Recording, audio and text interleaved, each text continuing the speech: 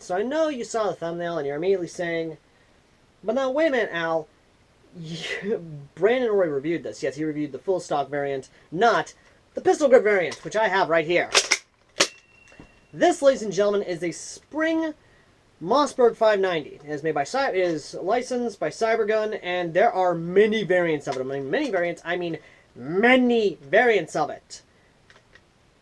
And the only difference between this and a UTG is the magazine, and the fact that the magazine is a lot different, and it's sort of set up like an M4 mag.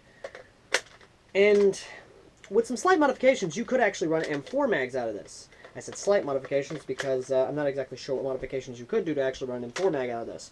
My big thing is that you could 3D print an adapter to go into this, and you can actually run M4 mags out of it. But the cool thing is I have the clear variant, and the clear variant actually shows us how the mechanics work of this thing. And the big question is this worth the $30 to $45 price tag? Answer, yes. Yes, it is. And yes, that was a negligent discharge because, well, this is a pre-owned gun. I don't have it in the plastic shell. I can't show you the artwork, etc., etc., etc. But what I will say is that this actually is a pretty cool little thing for, well, really a lot. It can run in CQB, and with the hop up the way it is, you can actually run this in outdoor play. There are other variants of it where it has a breacher variant, where it has the iconic chainsaw grip, where you can actually pump it back like that. But this one's the more of the iconic Mossberg synthetic grip. Now, don't get me wrong, I would love the full stock variant so I can actually shoulder the thing, because actually being able to shoulder it would be a lot better than the pistol grip, but that's just a personal preference type deal. However, the best part is that you can buy the shoulder stock separately and remove this screw here and actually put on the other one. But the cool thing is that this is designed in a way that you can actually do this. You can actually have it like that and actually do that if you immediately have it already primed. You got it in a scabbard back here. You can pull it out and immediately go like that instead of having it on the pistol grip itself. Now, this is a spring-powered one. This is single shot, and I just love it. Like, I really do. And the modding potential is there. Yes, you bet I'm going to show a mod guide of how to turn this thing into something a little better. Either way, though. So, let's just go ahead and get into it. Now, yes, it is all polymer. It has the one single Picatinny rail here. You can remove this and have it like that. It doesn't have a sighting system unless you do like I did, and you basically take a scope mount that you put on the end of the barrel. You'd screw on the end of the barrel. You do have to remove the cap here, which I did. Put an iron sight there, put an iron sight up here, and you can basically run this with just straight irons if you wanted to. For CQB play, you can put an iron sight here, and basically run it as is like that. Or if you really wanted to utilize the range out of this thing, you can basically do, well, let me step off screen real second, I'll come back on. You can do this. And yes, it may look ridiculous, but it actually does work. Like, it really does work. And yes, the scope is a little cattywampus off to the side because I forgot to tighten it down when it's straight, but this is technically usable. Now, if I had a stock on this, I could actually do it like that, or if I had the telescoping stock, I could actually have it much better. But in terms of just sheer giggle factor, it really is giggle. You could definitely giggle with this, just the way it is. You could just, yeah, but my steady aim is not exactly the best. So I'm just going to go ahead and take this off because it does make it very rear heavy. So I'm just going to take that off and we're going to talk about this a little more. When I talked about the variants of this, I meant it. You have a breacher model, you got a tactical model, you got, just look at all this. Yeah, you got a lot of selection when it comes to these, my friends. And the cool part is that it does actually come with higher capacity magazines, so you can, in a sense, have more capacity than it is. Speaking of the magazine is a shaker mag. You open that up, you pop the BBs in there, and then you just pull back the spring here. You shake, shake, shake, and then you release the spring. This does hold about 10 to 12 shots, so you have 10 to 12 shots before you have to reload the magazine. Yes, you can get more of these magazines, which I am very happy with in terms of aftermarket, purchasability. And the cool part is, and for anyone who goes crazy, like you're in an oh shit situation, you can hold down the trigger and you do have slam fire functionality. And how that works is that inside itself there is a split trigger system. Meaning when you hold that down, there the trigger set up so that way it can do that. As you can see, it's still hung on there, and when you go forward, like that, or when you do it like this, both trigger sets are in locked place. And again, I just love the clear guns. I don't know why I do. I guess because I like knowing how the mechanics work. But yeah, no, let's just go ahead and get to the chrono and the range, and let's just dig in. Let's just see how far this thing will shoot, shall we? All right, we're here with the little pump rifle. Let's go ahead and load up .2s, Black Ops, and run it through the chronograph and see exactly what we're looking at in terms of FPS. So, let's go ahead and line her up real quick. And .2s. 213.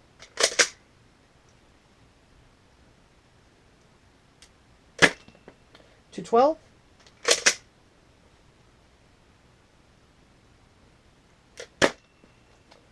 175.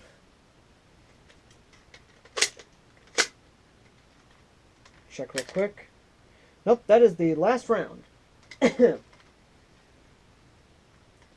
And that just happened. It double fed. 174. So this thing is double feeding, which is interesting. And I think I have to charge up my my chronograph because it was pretty dim. So besides a double feeding, which is interesting, but by the way, once again, pre-owned guns. So just to make sure. Okay, I know there's nothing in there. Which is interesting, by the way. I'm not getting to that. Either way, though, let's go ahead, open up my window, and put the run cam on this, as well as a scope on there, so I can actually see how far out she's going, which should be interesting, to say the least. Either way, though, let's do this, shall we? All right, so I know what you're thinking. You're thinking, this is a little ridiculous, and why am I shooting inside the holodeck? Or at least, why am I shooting inside? Well, to be honest, quarantine's still in effect. And I can't exactly go outside because, well, the quarantine. So, ladies and gentlemen, we'll be shooting from outside my window on the highest point possible, right out that way. And, yeah, you're going to be seeing how this thing performs. So, with the hop-up adjusted the way it is, and with the scope just cattywampus as it is, let's see how far out this thing will actually shoot, shall we? Okay, that sucker flew, so we just push the hop-up forward a bit. Let's try that again. I wonder what it'll do with the hop-up pulled all the way back.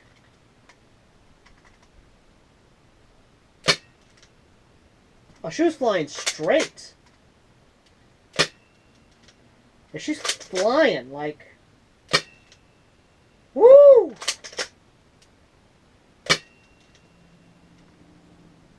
Oh yeah, you could see that, right? Like... Oh, hold on, let me just... make sure, and, yeah, that's just,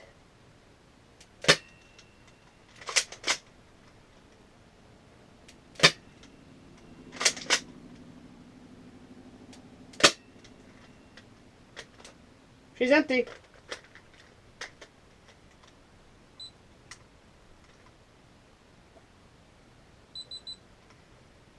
That was pretty impressive, honestly, for this little thing. And again, that's what the hop-up pulled all the way back on .2s. .25s, I don't know, but we're going to try and do that in-game when the quarantine's lifted. But, yeah. So let's turn around and give our final thoughts, shall we?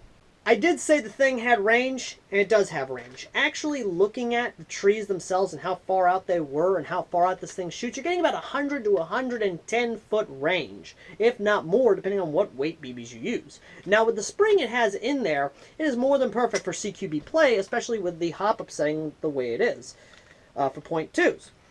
With .25s, I believe it might do a little better, but then again, I'm in quarantine, so I can't exactly go out and just go have fun. And with a better spring, and yes, I have done this in the past. If you go look at my Voodoo shotgun upgrade video, you saw I put a better spring in there. And yes, this can take a better spring. As to whether or not I can take a much more powerful AEG spring, which I bet it can, I would say a 110 would probably be your best option. A 110 spring, cut down a bit so you can actually fit inside this thing right here, would probably be your best option if you want to get a little bit more oomph for your gun. And a little bit of possibly a redneck flat hop on this. But then again, the hop up as is good as is. So I wouldn't recommend you mess with the hop up. If you just want more power, definitely replace the spring. And that's about it. Like, that's all I can say. There's not a lot of downsides to it. There really isn't. I mean, yes, you have a crossbar safety like you would on a basic shotgun, which, once again, this is a pre-owned, not a full stock variant, so there is a little bit of this. But, I will say that the way I actually acquired this pre-owned gun was that this was actually owned by Apex's uncle, who is sadly no longer with us. And I'm not gonna lie, it's just one of those things, I guess, you know?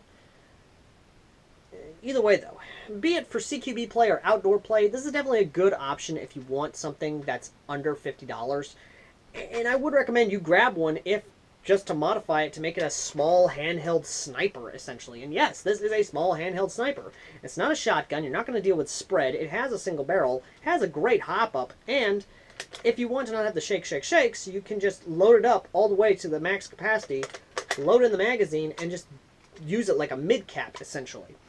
And I could definitely see people actually getting the full stock variants of these and turning them into snipers. Like I said, this probably could take an M110 spring or even a much more powerful spring above an M110. I'm not saying an M120. I am saying that it could take an M110. But either way, though, as for my final verdict on it, I'm not going to lie. For a pre-owned gun and for how it is and the fact that it's still, like, the fun factor's there. It's good. It's durable. It's great. This little shotgun gets, what am I saying, shotgun? This little pump rifle gets no more, no less than a 9 out of 10. Now you're probably thinking, well, no, wait a minute, Al, it should have gotten a 10 out of 10, legendary. Well, the reason it gets a 9 out of 10 is because of that price tag. There are a lot other better guns for $45. You can get a lot of good snipers for $45 I've seen on eBay. You can get a lot of good AEGs for $45 on eBay, some that are refurbished to take lipos. And for this, I would say it's about a $30 gun. Definitely not a $45 gun, a $30 gun at the most. And I would recommend anyone who wants to grab one of these, wait for them to go on sale or find it cheaper on eBay. And you can argue in the comments section all you want about why it should be a 10 out of 10, but in all honesty, folks, this is not a 10 out of 10 gun. This is a 9 out of 10 gun. A must-own. So, yeah. It's just how it is. Anyway, thank you all for watching. As always, I've been AirsoftAL, and if you would like to support the channel, or at least help sponsor a review, consider donating to our PayPal. It's folks like you that actually help keep the channel alive during this quarantine. And it's folks like you that's going to keep the lights on in the studio. And would you kindly consider liking, disliking, commenting, sharing, subscribing, all that good jazz? Because YouTube analytics says that about 70% of you actually are unsubscribed. So would you kindly consider doing that? And as always, ladies and gentlemen, I've been your host, AirsoftAL, and I will see all you lovely people in the next video. Till next time, later!